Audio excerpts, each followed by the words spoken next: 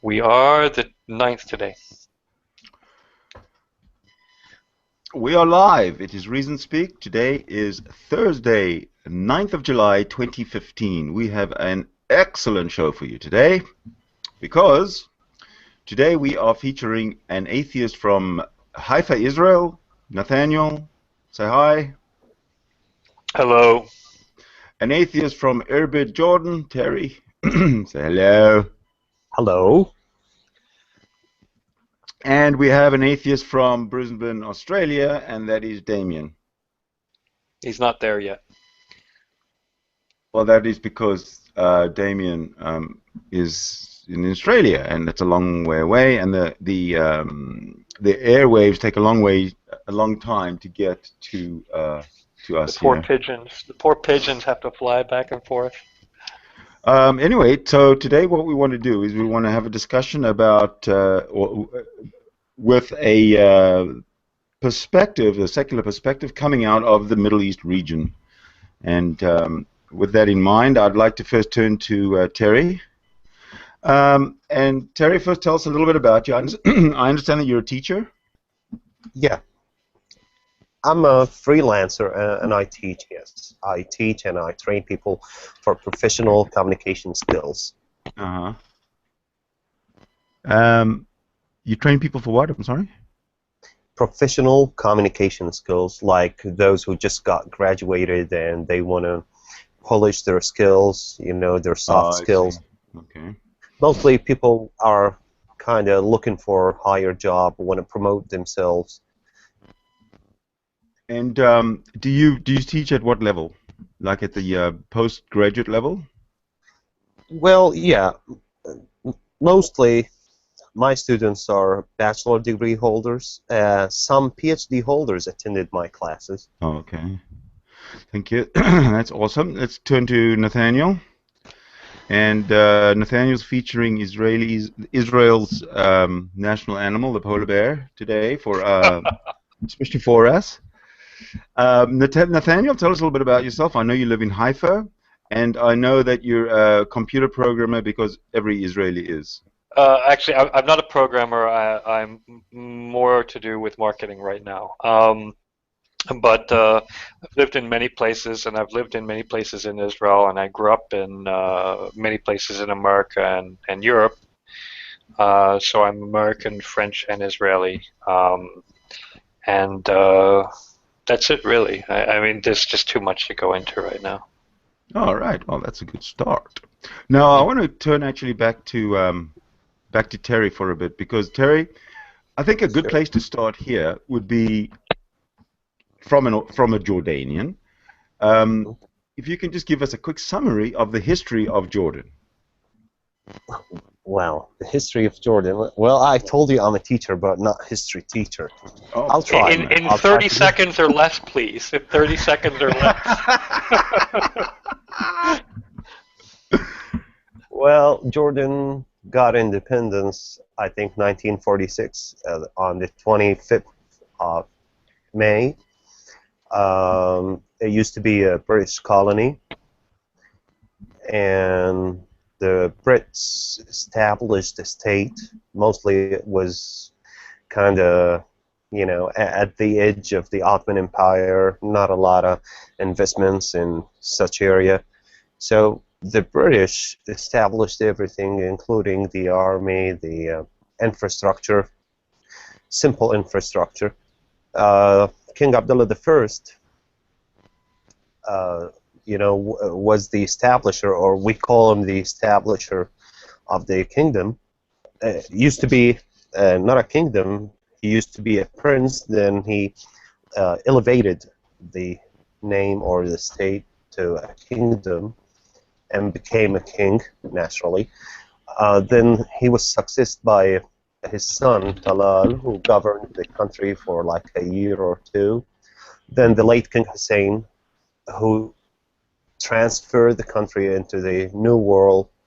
I think he governed he ruled the country for like 46, 47 years.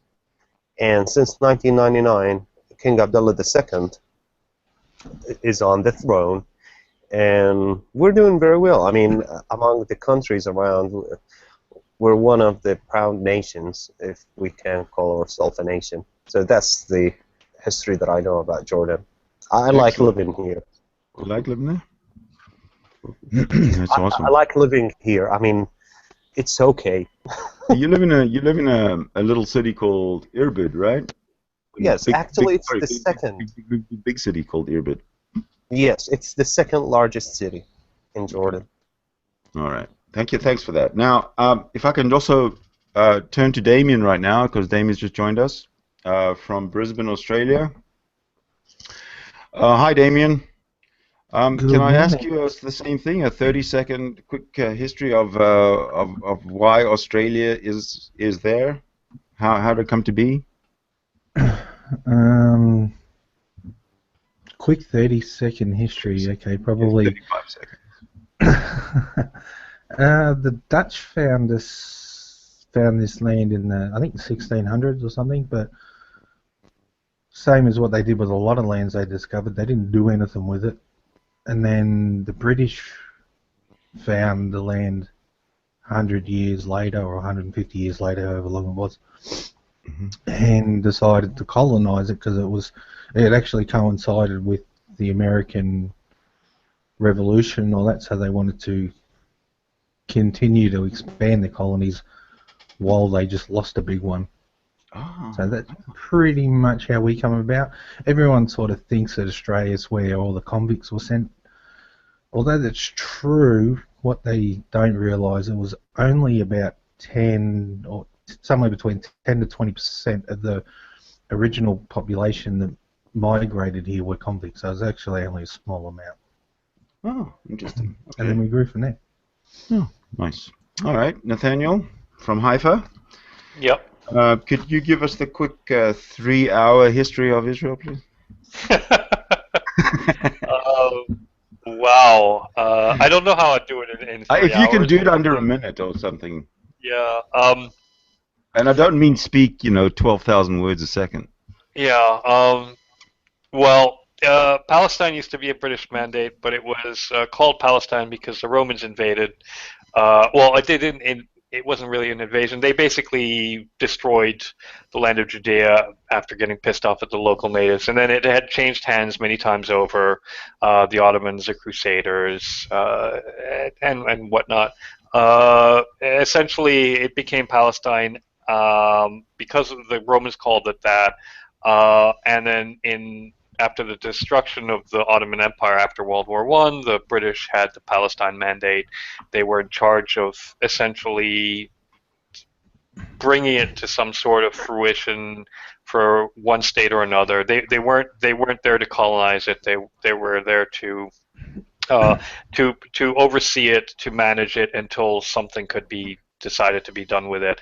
And in 1947 to 1949, there was the Independence War between the 5 Arab armies and what became the Israel Defense Forces, establishing the land of Israel, the modern state of Israel at that time. And again,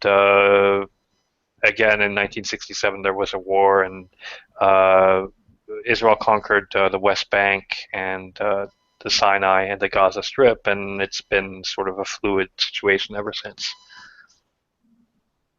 How's that? I think that's interesting. That's great. I love it. Thank you for that. That was pretty damn. That was great. Now, because we are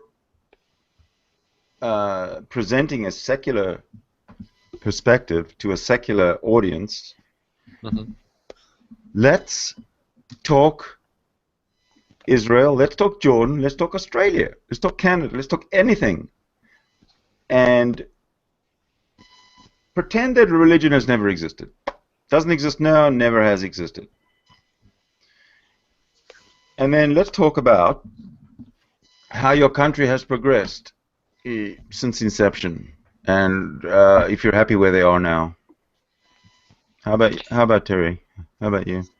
Well, when you said what you just said, what came to my mind that we can't. We can't exclude religion. It's Agreed. pretty much, yeah, it's like tradition. You can't. We were not created in a computer for 1 second. All what we have, like in Jordan, what we call the currency, we still, a lot of people call it lira, which is the Turkish currency. They still have something from the Ottoman Empire. Mm-hmm. And you can't separate. Like most of the language that we use in Arabic, it's religious, and if you all the complements are religious, Right. whether you're Christian, Muslim. So I don't know. You got me on that. I don't know what to tell you. So No, pretending it's that religion never existed, I'm just I trying think- to get an an understanding of what it would like to be to live in the Middle East without religious oppression in any way. This is very optimistic. Yeah, You know, I agree. The transition would be very slow, could be faster in some stages, but at the current situation, nowadays, I don't see it coming. I mean, I don't see it coming soon at all. But, you know, I'm not saying we will never change, no, but it'll take a while. I just want to give you an idea. Look at the map that I'm presenting. Mhm. I don't know if you can see my little. Yeah, you can. There's Erbid. Alright. This is where Terry lives, right? Mhm. And here's Haifa, where Nathaniel lives. Mhm. It just seems to me that there's between the two. You know, there's a world here in Haifa, there's a world here in Erbid, and there are. It's almost like they're two different planets. Exactly. You need to go to Lebanon and to see that two villages less than 5 kilometers apart, two different religions, two different traditions, and you know, it represents what you're talking about more than Jordan and Israel. I mean, look at Mexico and the United States. Okay, but let's not go there. Let's stick with the region in question. Let's stick with how far? What's the distance? I'm guessing 100 miles between Urban and Haifa. Probably Yes. less. Or, but yeah, I guess a bit. Yeah, about that, I guess. 100 think it's- miles. 80. No, it's 80 kilometers. Kilometers. 80 yeah. kilometers. It's like Yeah, the between distance- here and my next door neighbor. It's basically like 60 miles or something like that, yeah. Right. Because the distance between Erbid and Amman, if you see Amman in the center of Jordan, it's like 70 kilometers. So I think it's pretty much the same. Right. Mhm. Okay, so tell me something. Terry, again, I'm sticking with you because you live in an. Can I call Jordan a Muslim country? Yeah, it is a Muslim country. Okay. And it's I mean, Ramadan. Yes, and And the I've seen some official horrendous pictures coming from, not from Jordan, but from other countries that where the police are punishing those who are not fasting or whatever for over Ramadan. the And law. It's the horrendous. law. What's happening in? If you walk down the main street, Irbid, eating a hamburger. Sandwich. Yeah. No, a hamburger, a ham sandwich, let's say. Well, to be honest, I've seen a lot of Jordanians and a lot of Westerners in Jordan not fasting and eating out in public. Nobody would talk to you. Nobody would tell you nothing unless you're kind of taking it to the extreme. What But does that mean? Okay, hold on, back up. What does that mean? what does that mean? What do you mean Well, if taking you're eating yeah. to the extreme? I'd like to know about this. No. Let me explain the situation. Actually, most of the Jordanians are Muslims. Even those Christians are not eating during Ramadan in public. And they're fasting, and you know, when there's no sugar in the blood, you start feeling angry. And so if you're eating or drinking water in front of a hungry person, that kind of hurt their feelings. and I know that they're trying not to see you unless you're trying to make sure they're looking at you. Like, okay, I'm challenging the law and I'm smoking now. This is what I meant by taking it to the extreme. The Most law. people, Hold on, but I'm trying to find it. Are you saying that the law which prevents smoking on Ramadan is a law that you agree with? I don't agree with. Like, I don't agree with prohibiting marijuana. I don't smoke marijuana, but I know because I watched a lot of lectures and I trust those professors and scientists approving marijuana, but it's prohibited in most of the countries. So See, you I can't just find that you're taking my questions and I'm just giving you you're an going somewhere example. else. I'm just giving you an example Well, I'm of talking. how I know, things I can be understand that. wrong. Hold on a second. Hold on a second. I do understand that, and I'm specifically trying to get an understanding about life in the street in a secular in the secular city of Irbid. That is my little dream. I mean, Haifa, for example, I know from I'm sure Nathaniel can corroborate, is that Nathaniel, it's Ramadan. It's happening in Haifa. Yeah, people eat outside all the time. Yeah.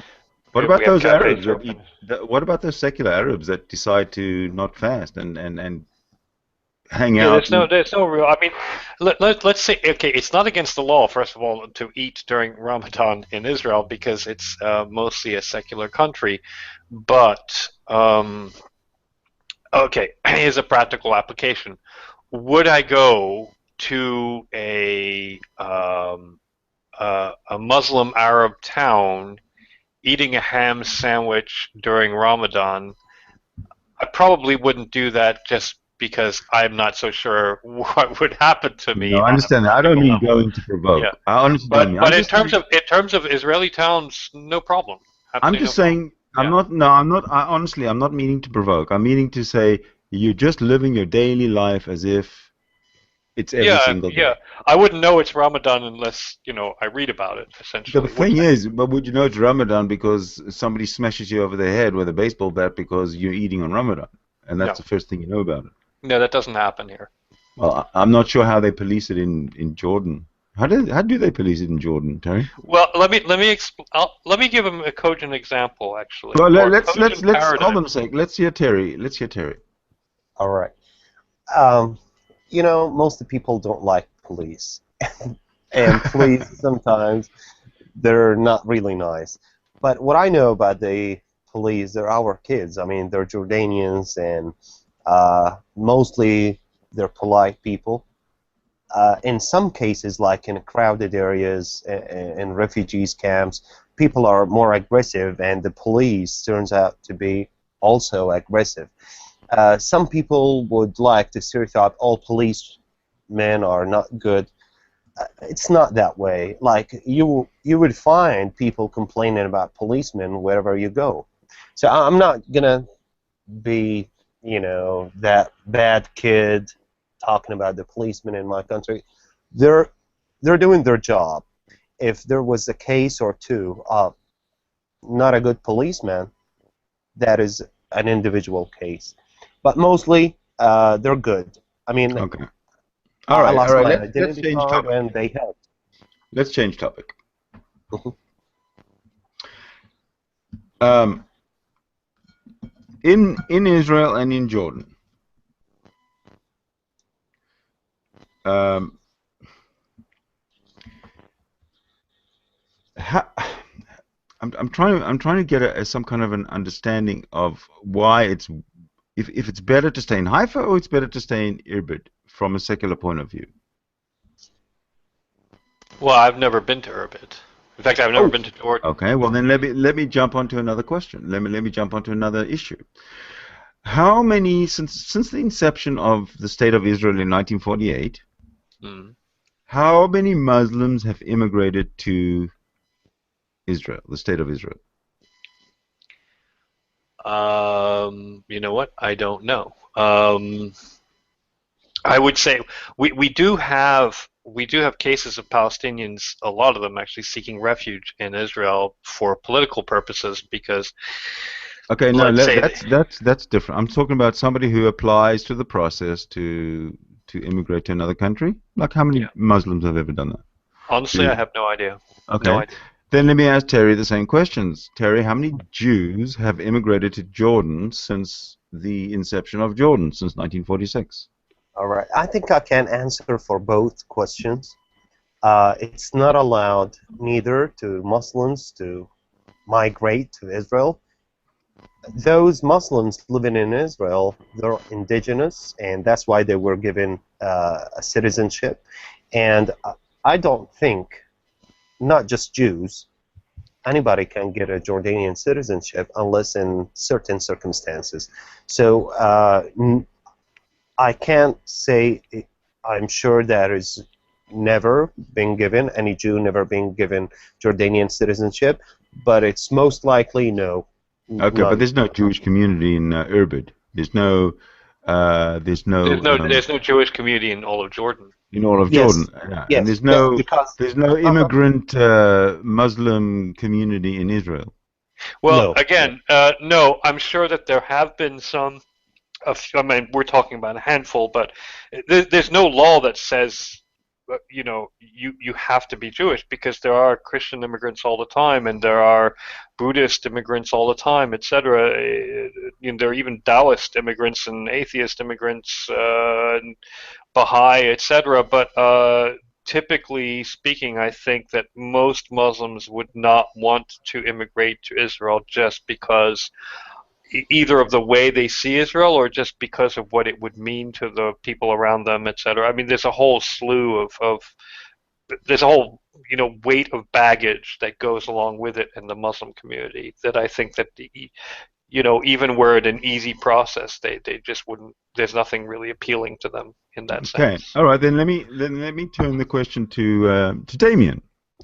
Hey, Damien, how many Muslims and Jews have immigrated to Australia in general and Brisbane in particular since the inception of whenever the hell Australia was formed? Muslims have been migrating to any sort of degree almost since the start, but 200 years plus.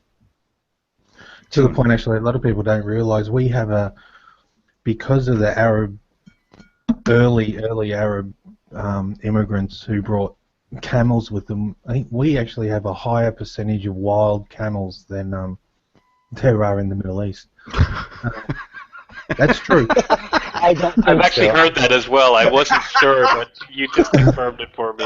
I love it. Yeah, it is. It's true. But it's been non-stop. But the whole time. So the But tension. if you wanted to put it, if you wanted to put it in today's terms, almost all of our asylum seekers that come illegally, predominantly Muslim. Oh yeah, asylum seekers. I'm not bringing into this equation. I'm talking about people who want to go to a specific country for a specific reason, and they go through the legal channels, and they qualify on the points and the whatever. Okay, but let's I want to address this picture that I have up here. And is this the traditional breaking of the fast at the end of the Ramadan day? Yeah, that's what it looks like. Okay. Yes, exactly. I got a question though. Why is all the food on the floor? Because that's how you eat. That's how you eat it in a Bedouin tent. What's wrong with you? I understand that you eat it in a Bedouin tent, but Bedouin tents are made out of spackle and drywall and concrete and bricks. It's not necessarily to be on the floor. Most of the Jordanians, they eat either on a table, short table, not that high, kind of 20 to 30 centimeters high, Yeah, or like a coffee table. regular. Yeah, I know, or but regular what is table. the point? What is the point of bending or squatting over to get your food in your bare feet, with your bare feet really, with your socked feet or whatever, close to the food? It just makes, I don't get it. Well, because you see They've got the a TV carpeting with a table. Why can't they have a table for the food? in this family, in this situation, they prefer to eat on the floor. I Could be the way understand they've that. been It raised. doesn't seem to Yeah. be the only family in the world, though, is it? Well, you know, in my family, we eat on. Yesterday, I was invited to have a fatur meal, Yeah. and the table, just like all the time, it's kind of 30 centimeters above the floor, and the guy doesn't have shoes because you see the carpeting and the rags, Right.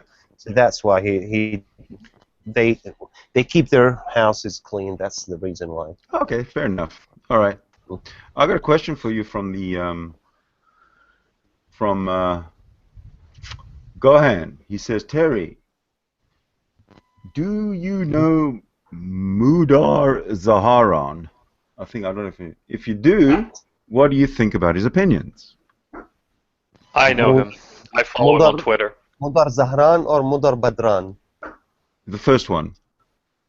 Zahran? I don't know that guy. Okay. Mudar Badran Nathaniel, is an what do you know ex about former was prime that? minister. That was a former prime minister, Mudar Badran, but not No, Zahran. Mudar Zaharan.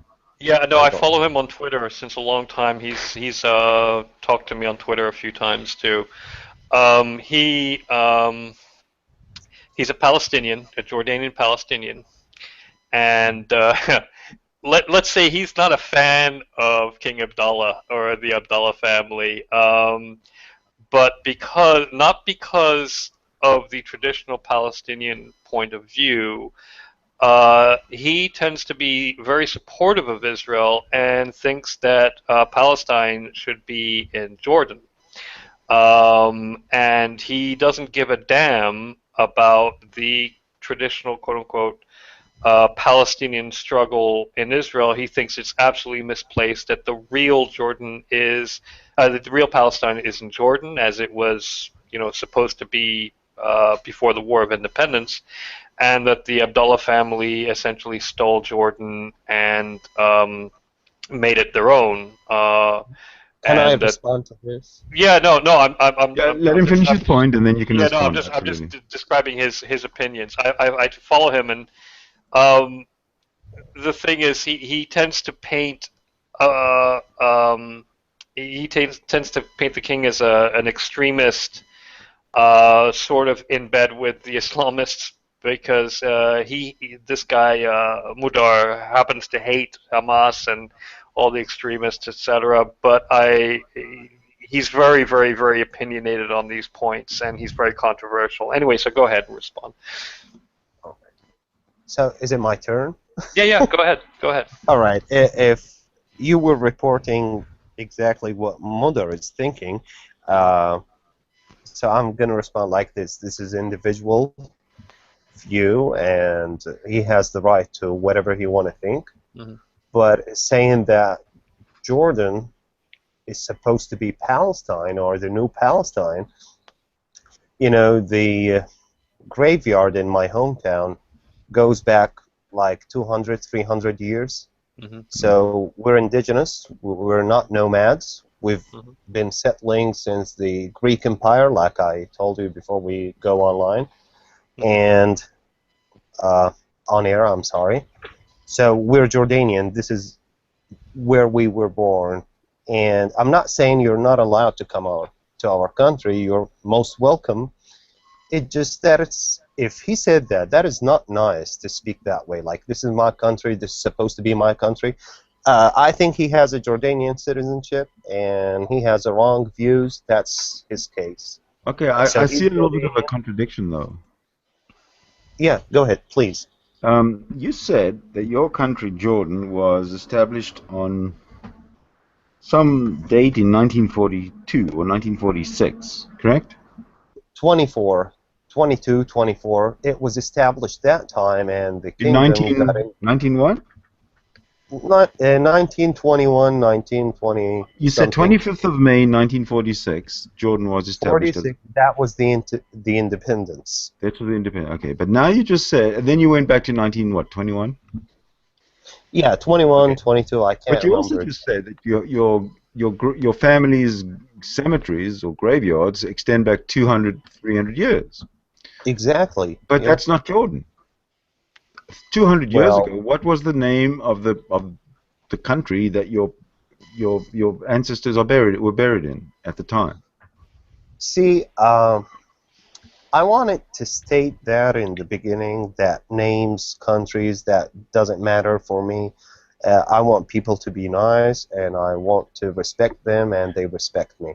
But it just, the context is all about citizenship, countries, names. Uh, Now, in the current situation, you have to protect yourself because it's chaotic all over the Middle East. So we have to stick to the definition. It's a kingdom, it's a country, and we are Jordanians. Yes. We have to be together. Yes. And those people who have their own views, they're disturbing, the Okay, well, let peacefulness. me ask you, maybe you misunderstood my question. Mhm. 200 years ago, when your family was living in Idlib, My tribe, your yes. tribe was living in Idlib, and one would die, or one would travel, or one would meet someone else, and they'd say, They're where were farmers. you from? They're farmers. What country, or what region, or what province of the Ottoman Empire was Idlib? Irbid, you mean? Irbid. What Yes. province of the Ottoman Actually, Empire I was come. Irbid in? Yeah, exactly. Thank you. Actually, I come from Al Taiba. This is my hometown, and it goes back to 1600, 1700, and in the records we have that some of the shuyukh or imams of my hometown, they were invited to the Ottoman Empire, to the circumcision of the son of the Ottoman Sultan. Okay. So we have records that there was a town, and people were settling in my hometown, and those educated people were invited to the party of circumcising the son of the Okay. Sultan. Now, Mhm. now was your was your hometown 200 years ago? Was that in the provincial province of Palestine of the Ottoman Empire? Yeah, you can call it whatever, but No, it no. Well, was I don't know. I don't want to call it whatever. I want to know what it was called 200 years it ago. was called Ajnun. The the province of the Ottoman Empire governed that region 200 years ago, right? Mhm. Now Ajnun is a small city, but the whole region I know. was But extension of Ajnun. what were the borders of the province of Palestine of the Ottoman Empire of 200 years ago?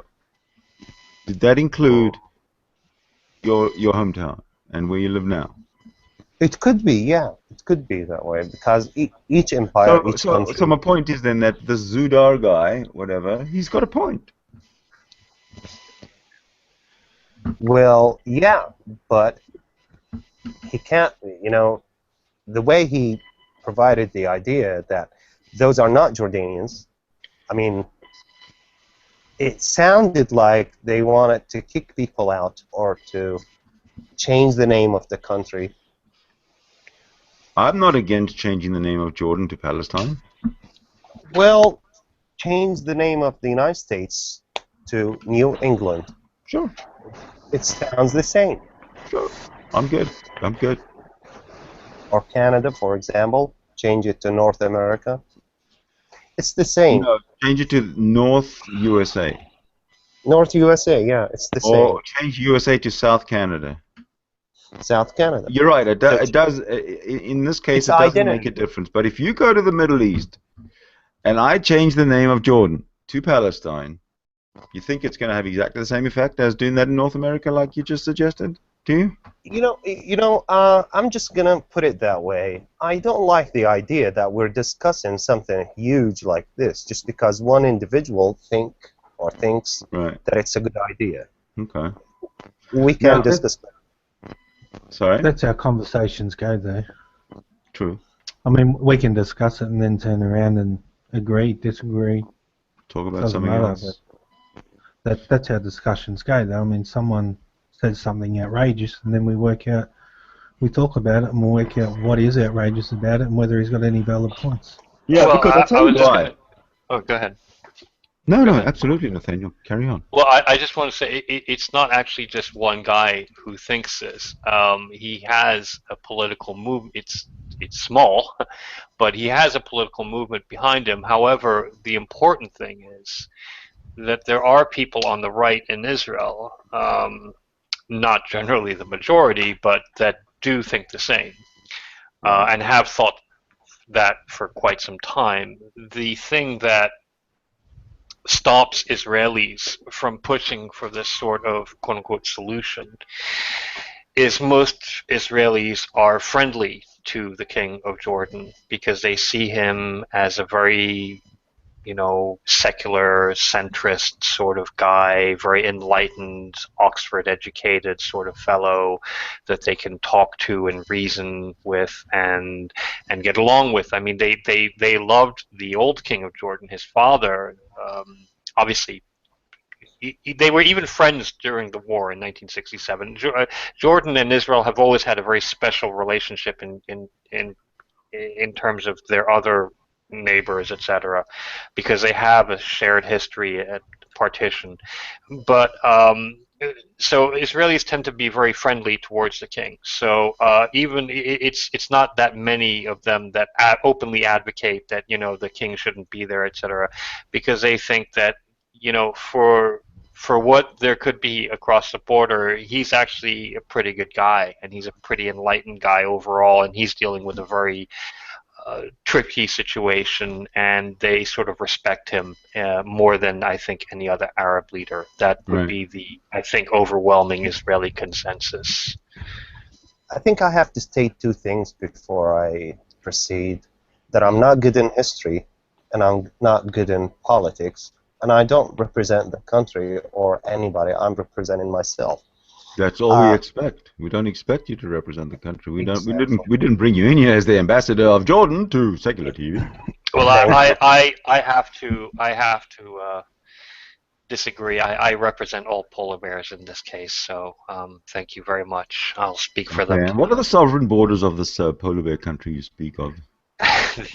The sovereign borders would be the entire Arctic, thank you, which includes parts of Canada and Sweden, might I add. I appreciate the Svalbard, elaboration. for example. Yes, so you're living in occupied land right now, my friend. We're occupied polar Antarctica. I mean, and the Arctic. Yeah, they're not. Okay, well, what kind of reparations would suffice to make this problem go away? Well, we'll start negotiating after we put all of you up against the wall. I think that's fair enough. No, I think that's fair. Just an FYI. There you go. Yeah. Freedom of the press. I can say Israel 100%. I can say Australia 100%. No, I can't say Jordan any percent yet. What do you say? How plead you, Terry? All right. I think we're slightly better than the United States with freedom of press. I can't claim to be better than Australia. Australia is the best. That's how I see it. Israel, wonderful. That's actually incorrect. I'll address that when you're finished there. You have, you know better. I want to get back to something like we overestimated a bunch of guys. We're talking about the king and the regime in Jordan. I think in any country, like a lot of people in Israel don't like Bibo, right? Bibi, you mean? Bibi, yeah. Yeah. So that was, I wanted to respond immediately, but I didn't want to interrupt anybody. And go back to the press, sorry. No, go ahead. I would say, though, we just had the election a few months ago. A lot of people who don't like Bibi voted for Bibi because they didn't see a better option under the circumstances that most Israelis see themselves in now. So just an FYI. Okay. A lot of people actually don't like him personally, but voted for him anyway because they think I want that to let Damien say what he wanted to say. Yeah, we don't, in a legal sense, actually have the freedoms that are always implied and assumed with us, and that's even within their own citizens. Free speech is a big one. We actually don't have free speech, but it's just assumed that we do, and for all intents and purposes, we generally do until somebody gets offended, which is every day. Freedom of the press, that's gone now. There's a new bill, I think it did pass a few months ago, that basically says, this is taken at worst case scenarios, whistleblowers could face pretty hefty penalties nowadays. Things like Then I that. must say that Canada has the freedom, has the freest press in the world. Yeah, we don't have. We even have bans on political speech. They're never ever implemented. They're like, nobody ever gets charged for it or anything like that. But the laws are actually there. So, Terry, you mentioned that you're not very good at history, right? But you must have some kind of a basic grasp of history. For example, you know about the British Mandate of Palestine at the end of the First World War, right? From 1917 or whatever. Correct? Yeah, sure. Okay, so the British Mandate of Palestine at the time was all the region that is today Israel, the West Bank, and Jordan. Right? And in 1921 or 22, like you said, Israel gave the part of Palestine to the west of the Jordan River, or to the east of the Jordan River, and called it Transjordan, and gave it to the king or the To whatever. the Hashemites. It's The the whole Hashemites, Lawrence of Arabia story, in fact. Right. So that was Palestine, and then it was partitioned in part of it into Jordan, anything east of the Jordan River. All right. Okay. Okay. To be accurate, Irbid as a city is an extension to Haran's meadow, and never was close to Amman. Amman and Salt, which is the governorate of Balka, never was considered with Aqaba and Man. The No, I whole understand country. But it was part Yeah, of the. It was still part of the British Mandate of Palestine. It was in that. It was in that. No, territory. not necessarily. No, not Irbid? necessarily. Irbid never was. Could be Irbid, part of Irbid, because No, Irbid the whole of Irbid. huge. No, Hold on. I don't think so. The eastern part of Irbid is closer to Syria, and we have the same dialect. Yeah, but Britain, but the French had the mandate over Syria. I don't see you be governed by French See, this anything. is pure politics. This is pure politics. If you're asking about tradition, about where people come from or their culture, we're culturally closer to southern Syria. If I was asking that, I agree, but I'm not asking that. I'm asking about the British mandate for Palestine. And I'm going to give you a little map here, which I believe indicates that Irbid is part of the British mandate for Palestine. If you can confirm this, I would be appreciative. Well, I don't know. I was born in 1981, so All right. you know I can make. But look at the. But if you look at the borders of the mandate, the Palestine mandate, the British This mandate. is not correct. This is not good. Those borders were redrawn by the Jordanian government, like with Iraq and with Saudi Arabia. This is not correct. Oh, okay. This is not correct at all. I mean, I can draw any. No, I'll find another one that is correct then. How about that? Which one? I'll say that one. No, still. No. Could be close. Could be. Okay, But if it's still, close, it's good. How about that one? Yeah, but look, the But look, authenticity. I'm just saying that here, this is all British here. Mhm. Okay, and then if you go into Iraq here, this is still British. Is up this top coming here, from it's- the British Institute of whatever, or just somebody draw this picture? No, this is from the JewishVirtualLibrary.org. Well, Well, what? it's biased, right? Why is it What biased? if No. an extremist? That's Why- actually why- accurate. why is it biased? The Jew what? Why is it biased? Because it comes It's an from. accurate map, but I don't see where it's biased. Well, actually, it's not accurate at all. I mean, the That's what I'm northern saying. Why? Where is it not? Where is the inaccuracy? the northern borders, the southern borders, even the borders with Iraq. The whole thing is not accurate. Not It's accurate. torn Okay, so by that is not an accurate map of the British Mandate of Palestine. totally not. Yeah, totally not Okay, all right, accurate. let's find one that is then. How about this one here? Well, it looks close, but this is not official. I mean, let's see the northern borders. How do you mean? Let's see the northern border. The Sea of Galilee or Tabaria Lake. That's where I can determine if it's Oh, all right. Or let's find something that's. accurate, 'cause I'm familiar with. How about that one? Get it closer, enlarge it. There you go. That is the look. official Sykes-Picot Agreement map. Beautiful. That is the that right there is the line. So here you have acre, which is all right. So this is very close to where I live. This is Haifa right here, where my little magnifying glass is. That's Akko right there. This was the original dividing line. So Irbid would be Irbid. Here's Tiberias. So Irbid would be maybe north of the line slightly. There's Damascus. It can't be. This is It's very tiny. Oh yeah. 1916.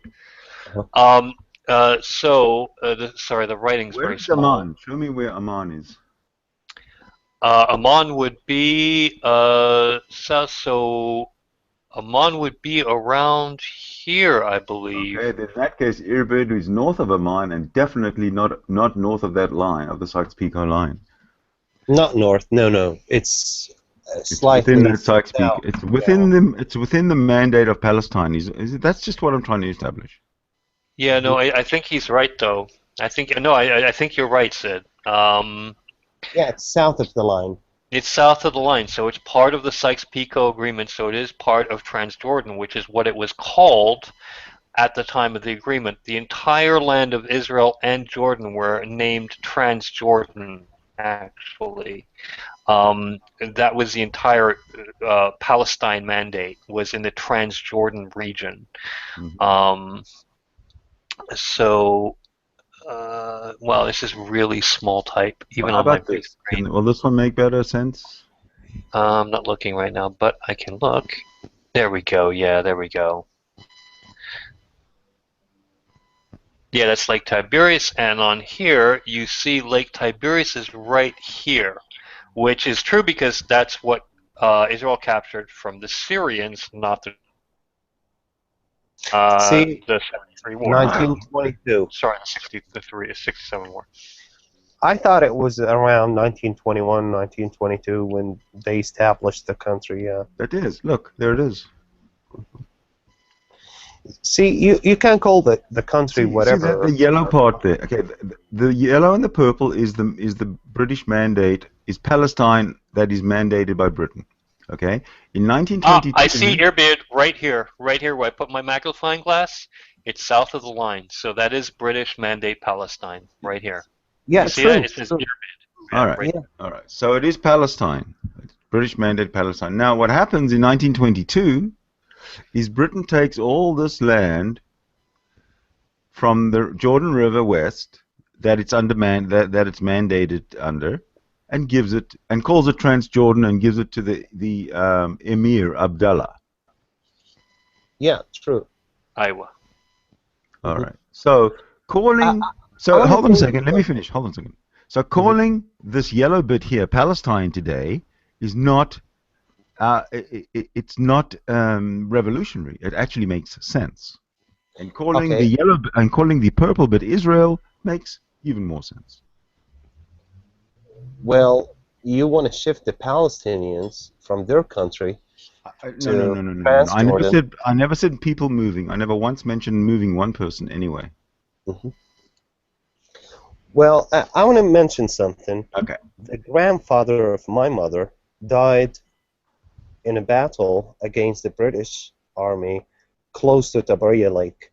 Actually, this battle is known, it has a name, I forgot the name, and a famous guy from another tribe had all the honor for that battle. They died. Farmers from Transjordan, anybody who can carry a gun, or anybody who had a gun, had a horse, went to battle and defend what is called today Palestine or Israel from the British Army. So if we're going to talk about people owning the country, do the Jordanians, the Eastern Jordanians, have the right to take Israel now because my grandfathers died defending Palestine? It's not that way. People are welcome to live wherever they want to live. And I hate politics. But I just wanted to mention this just to tell you it was one country, one nation, including Syria, including Iraq. The Iraqi army came to fight, I think in 2 occasions. I'm not really that good in the modern history. People want to think of themselves like one nation, speaking the same language, and they thought those Westerners were coming to take the land. At some point in history, it was that way. But today we're living in 2015, and we have different politics. So I don't know. I can't see the point why we're trying to define today's world based on a very thin or very narrow point in history. Well, Palestine, Israel, yeah. the thing is, history and the historical timeline happened. There's nothing you can do about it. There's just nothing you can do about it. Including the Mongols, right? Yes. And the Crusaders. Yes. So do France has the right to Israel now? If they can beat them in battle, then I guess so. Yeah, sure. If they attack them and beat them, then it's theirs. That's the way it works. You know? So Look at the Crimea. But then you go down to the problem, and then every country in this world can do this, is that you keep giving the land. They can. There's nothing to stop them other than their... Yeah. And then they've got previous people that invaded them, so then it gets given back, and then it's almost like an infinite regress until there's no one there. Exactly. So what it's come down to is that the very last empire that beat the last empire sort of thing has the land that it won, that it conquered through war and battle and everything, and that's what they got. That's the way it is. Yep. Right? It could be that way, but you know, I have no problem with anybody. I can live wherever. I have no problem moving to any new culture. I actually love new cultures, and I like where I live now. Certain things I don't like, but I can go to a different place and I start hating a whole set of new things. So it's pretty much about compromising with people.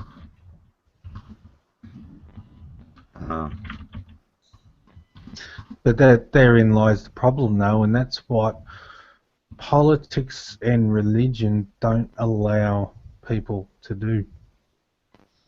Is exactly what you just said. You know, it's especially religion. Especially religion. Religion divides people. True. True. But why do you? You know, it just seems to me that people in Muslim countries, even atheists like yourself, seem to tolerate the religious oppression as a way of life, whereas people like me and probably Nathaniel and definitely Damien absolutely oppose religious oppression, fight it, and are active against it. Oh, I certainly oppose it. Mm-hmm. In this society as well, there's no... I oppose it. Once I can. I felt it. When I lived in Israel, I felt it. I felt the religious oppression. I really hated it. If you're anti-theist, then you're a religious person. And I only felt it on on Friday nights, Friday afternoons, from Friday afternoon through to early Sunday evening. That's when I Yeah, felt it's a the little religious different now, though. Yeah. Yeah, like Oh, I is that said, right? the country has changed quite a lot. It depends. It depends what neighborhood you're in or what town you're in, if they happen to be more religious. But overall, um, See, Well, Tel Aviv is a city that never sleeps. It's, Saturday night included, and I mean Friday night included. It's yes, bars that was always and the same. clubs open 24 hours a day, 7 days a week. People getting stoned in the streets. Literally, it's a Yeah, party town, I understand that. and so is a lot. Okay, so Jerusalem not as much, but you still have clubs. But I Some just clubs want to open. say, in Jerusalem, when I lived there, and I lived on French Hill Hmm. in Givat Yeah, I know where Tzarfatit. it is. Believe me, I know Okay, where it is. Yeah. we used to walk from Givat Tzarfatit to the campus, to the University of Jerusalem campus, Hmm. every day. Excuse me, probably multiple times. No problem. There was no security issue. Hmm. It was an easy walk. It was a beautiful walk. I haven't been back to Israel since, but I understand now that French Hill is now not a ghetto, but it's a security problem. Yeah, from what I understand, I have never lived in Jerusalem. My brother has. I've been to Jerusalem many times, mostly to the old city. Yeah. I mean, I know Jerusalem, but I don't hang out in French Hill, so I wouldn't know, frankly, what it's like on a daily basis. I'm not the person to ask. But Israel has changed so much Okay. over the last 20 years. It really defies your expectations. If you were here 35 years ago, it's a completely different country in so many ways. So many ways. Um, like I said, a lot of people don't work on Fridays now. When I was here in high school in 1989, a lot of people worked Fridays. When And I you lived there, I only worked Fridays until noon, Yeah, exactly. And then you have Saturday off, and then you work on Sunday. and then you work But a on lot of Sunday. people now don't work on Fridays. So like retail shops and stuff are open and all that. Your buses run, etc. It's like a Saturday in the United States, essentially. You know, my lifestyle for a while during the height of the summer was such that I would start work at my office job at, I think, 7:30 in the morning, Hmm. and that would end at maybe 2 in the afternoon, Hmm. and then I'd go home, I'd have a siesta, and then I'd get up and have a shower, and I'd go to my second job, which was as a waiter in a restaurant, and that would go until 2 in the morning when they closed. Then I'd go home, go to sleep, and wake up in time to go back to work at 7:30 in the office every day. Hmm. Yeah, but like I said, it's a different country now. Okay. Very different. So yeah, things have changed drastically in many, many, many ways. But yeah, there are neighborhoods where they respect Shabbat.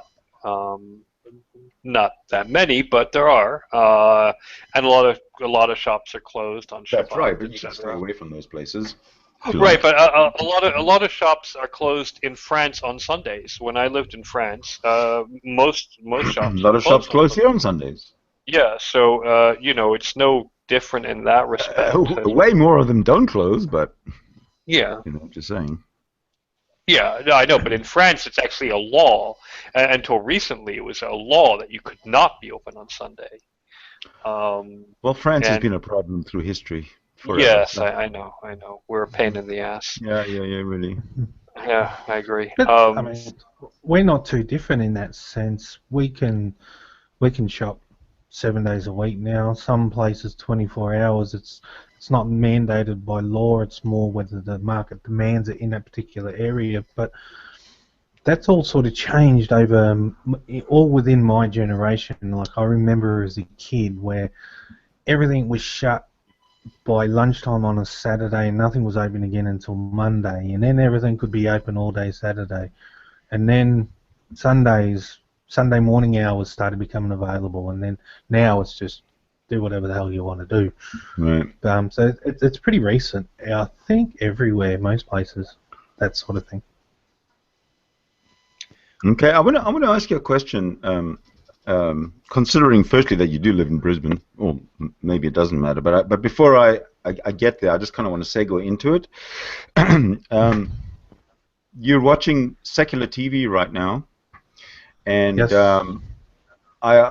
this is basically to the broader audience. I just want you. I just want to appeal to you to consider supporting, to becoming a patron of secular TV if you enjoy content like this and others. We also we appreciate comments. Comments to help us make our shows and our content and our presentations better, to improve everything we do. We welcome all kinds of contents. But what I was trying to say, what I was getting into as a segue was, I was listening to a podcast the other day, Cognitive Dissonance. I don't know if you ever listened to those guys. No. Or heard about them. They're pretty funny. And they had a guy on there. He was a guest, Australian guy. I can't remember his name now. But anyway, he was talking about what's called the Australian Capital Territory, where within this Australian Capital Territory, you can buy weed, you can buy hookers, you can buy fireworks, everything that you can't get anywhere else. Now, I just don't know if this is true or not. Is that true? In terms of the weed, that's partially true. They're not the only state or territory here where it's legal or partially, certain aspects of it's legal.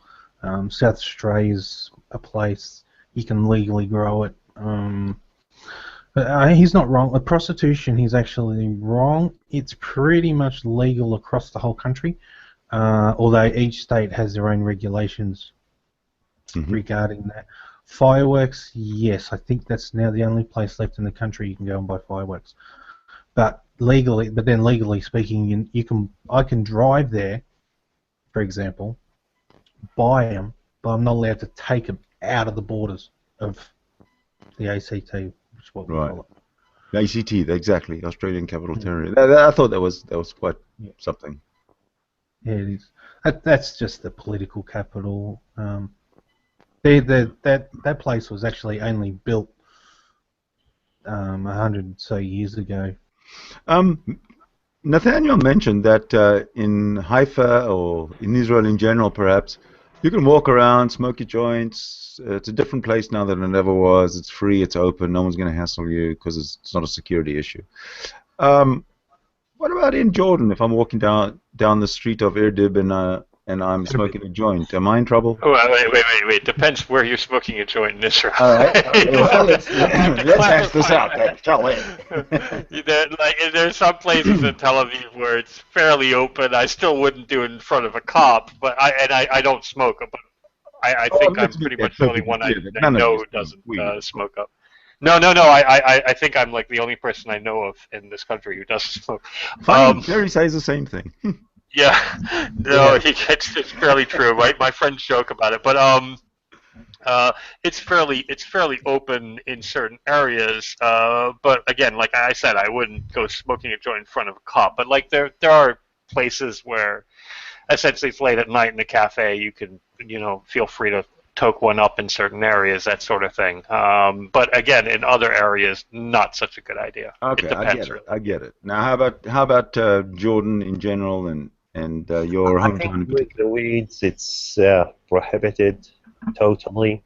I don't smoke. I don't know. So I'm sorry, you're asking the wrong person. I think you're liquor smoking store. Right now. Yes, cigarettes. I don't. How smoke. do I know that? I'm pretty convinced that it's weed. How can you prove to me? Okay, I'm not high. I'm not high. You look high to me. Well, I'm always high. I tried getting high on life. And you're smoking. I couldn't fit into those little papers. So. We have liquor stores in major cities or in the cities where we have Christian minorities, and they close just in Ramadan, but other times in the year they're always open. I mean, and Muslims can buy from them. But you won't have a license to open a liquor store unless you're a Christian. That's the law in Jordan. Again, it's not. And I have a sense that is it prostitution? Is it weeds that measure the liberty or measures the freedom that we have? I think we can find better examples of freedom. Freedom to is measure it. not. There's no limit to freedom. If you've got freedom, you've got over the board, across the board freedom, or you don't have freedom. It's yes or no. It has nothing to do with ideology or whatever. I think at some point it's supposed to be responsible freedom where you do the right things, not the wrong things. Like if you're free, you can't kill people. You can call it freedom, but I don't see it like freedom. Okay, well, let's discuss my map. I found a new map. What do you think? What is this? Let me see. I'll give you some time to absorb it a bit. Mm-hmm. Turkey, Britain. Actually reminds me of something I wanted to say. You know, a lot of people know the name, the West Bank. They know what it is. They think of it as the Palestinians, etc. But they don't realize where the name comes from. It's not the West Bank of Israel. It clearly isn't on the map. You know, you have to read a map backwards to think it's the West Bank of Jordan. It's the West Bank. They don't Yeah. put two and two together. It's the West Bank of Jordan. So yeah, they don't really get that. It's kind of a fundamental thing to understanding that little place in the world. I just wanted to mention that. I've actually had this argument just recently with somebody else who they were saying that, and I said, although I agree in terms of where the name comes from, they can't call it the West Bank of Jordan anymore because they lost that land fair and square. Yeah, not only that, Jordan's king, King Hussein, the father of the current king, relinquished title over it. I think you're both wrong because it's the west bank of the river Jordan, not the country Jordan. It's a bank. Yeah, Jordan. right. But it was the West Bank of Jordan because it belonged to Jordan. It didn't belong to anybody else at that time, and it wasn't even called the West Bank until after Jordanians held it after the 1948 war. So it wasn't referred to as the West Bank. It was just part of Jordan. I think my relatives, those elder relatives, they used to call it the bank or the West Bank, where regardless of the war. I have an uncle who was born in Nablus.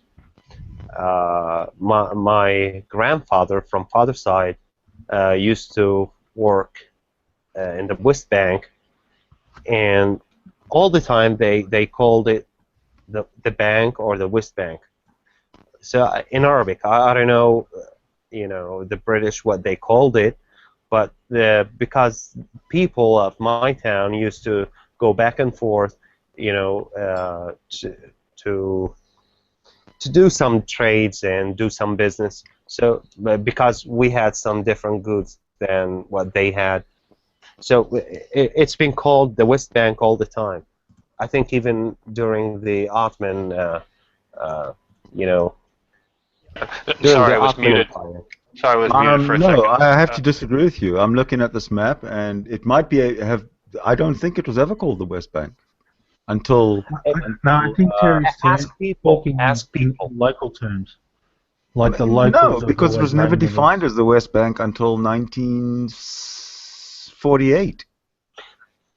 I don't think that anybody invented the term. I think they just used it or activated it.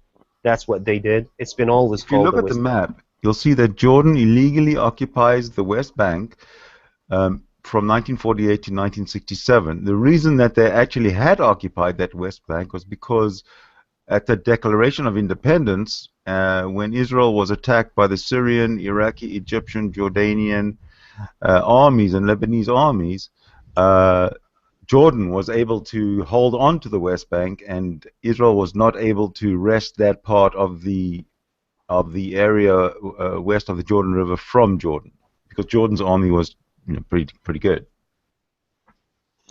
Well, yeah, but this has nothing to do with determining whether the term was invented or just activated. See, it's been considered all the time the west bank of the River Jordan, not Well, the that's not, country Jordan. but that would include all the territory west of the Jordan, not just that No, west no, bank hang on. part of Hang on, Sid, I want to jump in for a minute. I it. Sure. think I can. I know what Terry's saying, and I can agree with him. I think you're looking at it from a different perspective. Terry's talking about from a local sense, like the local population, not an official sense, not by what politicians or anything used to call it, just what the local people that lived in that immediate area would call it. You know, like he said, some would call it the bank, some would call it the West Bank or whatever. It's like Yeah. we've all got neighbourhoods or areas around us that we all got our local But terms that's from. but again, I That's the think context that's he's talking. I understand that, but I still think that's deflecting from the because we are talking about a defined area, and that is this part here. Now Well, that part there is in defined simply because of the borders that were in place because of war. And look at this map here. You see how Israel took it back? That was yeah, because of war. in the entry in Wikipedia under etymology of the West Bank, it does say it's a translation of the Arabic term given to the territory. Well, it's in Arabic, but I can read it, but slowly. Given to the territory west of the Jordan River that fell in 1948 under occupation and administration by Jordan, which claimed subsequently to have annexed it in 1950. So the term was chosen to differentiate the west bank of the River Jordan from east bank of the river. So your beef might be with the Jordanian authorities as to when they started to use it, but essentially that's when it started to be called officially the West Bank Of as a separate entity from the East Bank, I understand, according but to of the Jordan, of the country of Jordan, or the river of Jordan, or the No, I mean Jordan River. chosen by the country of Jordan to differentiate it from the East Bank. Okay, so so the West Bank is essentially the West Bank of Jordan, and not the West Bank of the Jordan River by definition. Right, but Jordan it's the West Bank of the Jordan River, but as termed by the Jordanian administration. Essentially, they took that and they said, well, this is ours, and we're going to name it the West Bank. Right. It's the west of Jordan. It's west of the Jordan River. This belongs to us, and so that's what the name is. So essentially, yeah, it by the way, I really didn't want to start a debate on this point. I just wanted to make the point, and it was a small point to There's make. And no now debate. it's now blown up into the third Arab-Israeli war of the last year. Okay, all right. Let's put this to From my bed. side, no debate. Okay, I just want to make one thing. I just want to point one thing out from this graphic, and it's this one here. In self-defense, Israel takes Gaza and the West Bank, illegally occupied by Egypt and Jordan from 1948 to 1967 without Palestinian protest. I just want to know if there's anything to talk about with regard to this statement. Well, yeah. I just mentioned that my great-grandfather died defending his cousins, or whatever you're going to call them, because they thought they were one country, they spoke the same language, and they had the same tradition.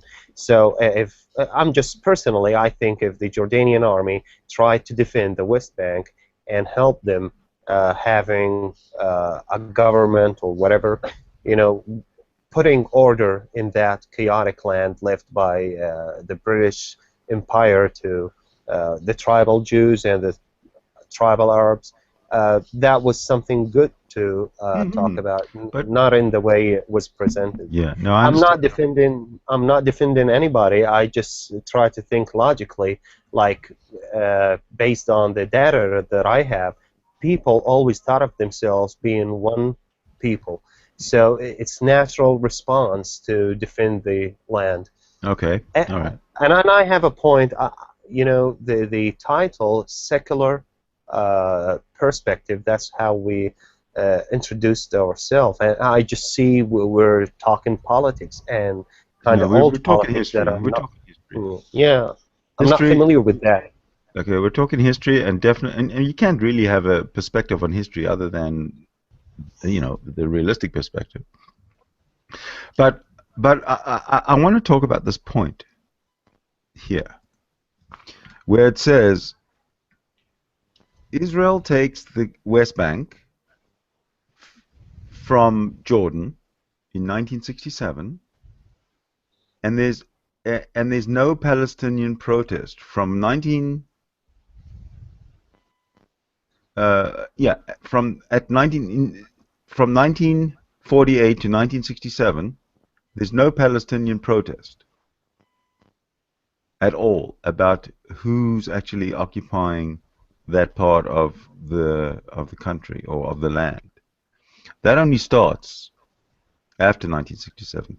Palestine all of a sudden emerges as a nation for some reason after 1967, and I'm just wondering what's the Jordanian perspective of that. Till when? 1967. 1967. Yeah, there was no Palestine to speak of until 1967, at least after the British Mandate started. I think it tells that people were satisfied and they were really happy being with their brothers in Jordan. I think that's an indicator to consider that people had no problem being part of, the Jordanian country, and Jordanians were, Eastern Jordanians were traveling back and forth all the time. I think this is a conclusion I can come up with. Mm-hmm. Nathaniel? It's a bit more complicated, but I don't know. We have 10 hours to go into it since I did study history. We're going to wrap up in 10 minutes, so yeah, we could that's start fine. we could start final thoughts. Okay. Look, it's a complicated issue because the fact is that no matter what the solution is going to be, we know what or I should say, no matter when the solution is going to be, we know what it's going to look like pretty much. It really has at this point little to do with Jordan, and it's just not politically sane to think that it's going to involve Jordan at this point. Apart from the fact that Israel might get Jordan to agree to be some sort of stabilizing peacekeeping force because they simply have no other partner on the ground in that area on the opposing side. But essentially, we know what the final borders are going to look like, and the history of well, hold on, expand. What are they going to look like? Well, essentially, it's the Camp David Accords in 2000. It's what it's going to look like. It's going to look like the majority of the West Bank with some land swaps, equal land swaps for some big settlements that they just don't want to spend the money to move, and it's going to include the Gaza Strip. The problem is not the land at this point. The problem is not the borders. The problem is who do you actually make peace with? That's the real problem. From the Israeli perspective, it's got nothing to do with the borders. It's got everything to do with the partners. Okay, well, let's talk about the partners. Well, that's the point. In 2000, when Arafat said no, he did not offer a counter proposal. Now, I know I have read the Palestinian accounts. I've read the Israeli ones. I've read the American ones. The problem with Arafat's refusal was not that he refused, was that he didn't give a counter offer. He just refused and left, and then essentially started the second Intifada, which was a huge mistake. In fact, it was such a big mistake, he was actually criticized by other Arab states for having thrown away this opportunity. I mean, Saudi Arabia actually eviscerated him because they said it was almost a treasonous move against his own people. But Arafat said quite plainly to the American delegation that he feared for his life if he had said yes. So even Arafat could not make this peace. and he could have. He feared for his life. Excuse me. No, that's what he said. I understand that, but I also remember him saying, "Oh, I'm prepared to be a shahid." Yeah, remember when Israel was knocking at his door at the I know. Muqaffa or whatever? Yeah, he didn't mind being killed by the Israelis. He minded very much, as he put it in, I am paraphrasing, but I don't want to have happened to me what happened to Sadat. Essentially, Sadat was on his mind, and what happened to Sadat was on his mind. So it's less about the borders than it is about the people on the ground. Who are you going to make peace with? There is two entities right now that we're all familiar with. There's more, but two main entities. There's the Hamas and there's the Palestinian Authority. And the Palestinian Authority is ill named because they have no authority. They do not represent their own people. We know for a fact that if we let them, we give them the land to have their own country, it would end up in a disaster. The Hamas would kill them all, and just like they did in Gaza, throw them off rooftops, etc. It would be an utter disaster. It would be a massacre, like in ISIS style, which happened in 2005 in Gaza. So it's not really about political borders or Jordan or Israel. Or even the history at this point. It's just the practical realities. You don't have a partner on the Palestinian side right now who can actually make it work. And this is recognized by so many people. The only reason that Hamas is given any sort of credibility is because they're the only ones who can actually keep order when they want to. The Palestinian Authority cannot do this. This is the only reason why they're even given the time of day in the international circle. It's just because of the practical realities on the ground.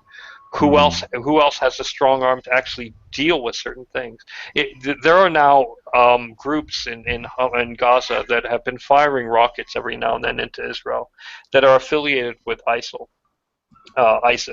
the Islamic State. Now, Hamas is actually split in two right now. Very few people know this, but part of Hamas is trying to stop this.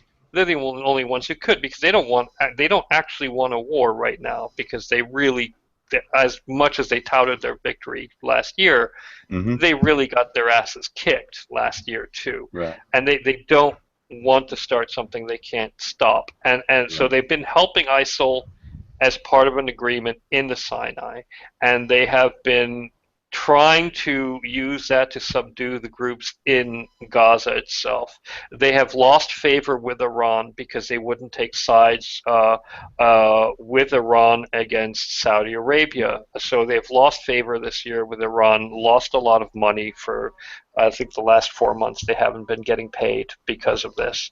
So they're looking for a new patron. There's a lot of allegiances that are up in the air. This is a very complicated situation right now. It's a very fluid situation. But the fact remains that Israel has nobody to really talk to. They have no one to actually make peace with. And if Israel did have somebody to make peace with, I guarantee you the population here, which is absolutely fed up beyond recognition with this conflict since decades and decades, since almost anyone can remember, since being born, they're so fed up they would give almost anything for it to end, but they see nobody to give it to. That's where the situation stands today. So is it possible? From my understanding, that's always been the case, hasn't it? No, because there was a chance with Arafat. In the sense of people. There's been people to deal with and negotiate with, but there's no one to. I think as the main point you said, has ever come back with a counter proposal. Every offer has just been turned down, walked away from, and that was that. Yeah, well, there was, to be fair, there was the Saudi, I believe it was actually Saudi-Jordanian proposal in the late 90s or early 2000s, where they said they would normalize relations completely with Israel if essentially they took the Camp David Accords, if Israel agreed to this thing. Israel rejected it on the basis that, again, they had no problem with the borders. The problem was, who are you going to deal with on the other side? Again, it's not a political it's not a I mean, it's not a geographical problem. It's a political problem. There's nobody to talk to. It's like, who are you going to talk to in Somalia to make peace? There's nobody to actually talk to. There's a separate government in a small hotel, which is basically the entire expanse of their domain. And so the world deals with this little government in seclusion in this hotel, protected by literally an army of African military around it, which was actually stormed, with a couple dozen people dead last month, I believe, or a month and a half ago. So there's nobody to actually talk to. Who are you going to talk to? Al-Shabaab? That's like the equivalent of talking to Hamas. They're literally of the same kind of mindset. So there's nobody in Somalia to talk to make peace. Well, it doesn't mean that there aren't actual Somalis or actual Palestinians who want to have peace. There are many, but there's no actual legal authority that can impose it, and that's the problem. I hear you. I'm just wondering if we can move forward, over the coming weeks. I'd like to take this discussion further, because it's certainly there's no ways that we could put centuries of history into a actually discussion. I just want to point that out, that I'm not an enthusiast about politics and you can tell from my tone of voice, even the quality of my language kind of dropped down. I wasn't prepared to talk about such thing. I mean, a lot of people would be much better talking about such thing, especially, a lot of details that you've been through. And I can tell that you have a lot of information about the Israeli-Palestinian conflict. If somebody in real life opens such a topic, I would say I have no stake in that. I won't talk about it. It's just that as a respect for Sidney, I just decided to carry on and continue. And okay, but what I was trying to say is that in the context of this discussion, it probably would be helpful to have somebody on this panel, or people on this panel, from whichever side of whichever viewpoint, from the actual West Bank itself. So if there's anyone that would be prepared to join us on this panel, say from Ramallah, from wherever, I guess, in the West Bank, if you guys know anybody who you could sort of invite, or I'd just like to get the perspective of people who are living on the ground in the places that we're talking about. See, I hang out with educated people. Usually, for sure. Yeah. What happened to you? Oh, lifestyle changes, society, these kind of things. And I thought it would be something like that. It never thought it would be History Channel or, politics or Al Jazeera Haikal. That's how it sounded to me.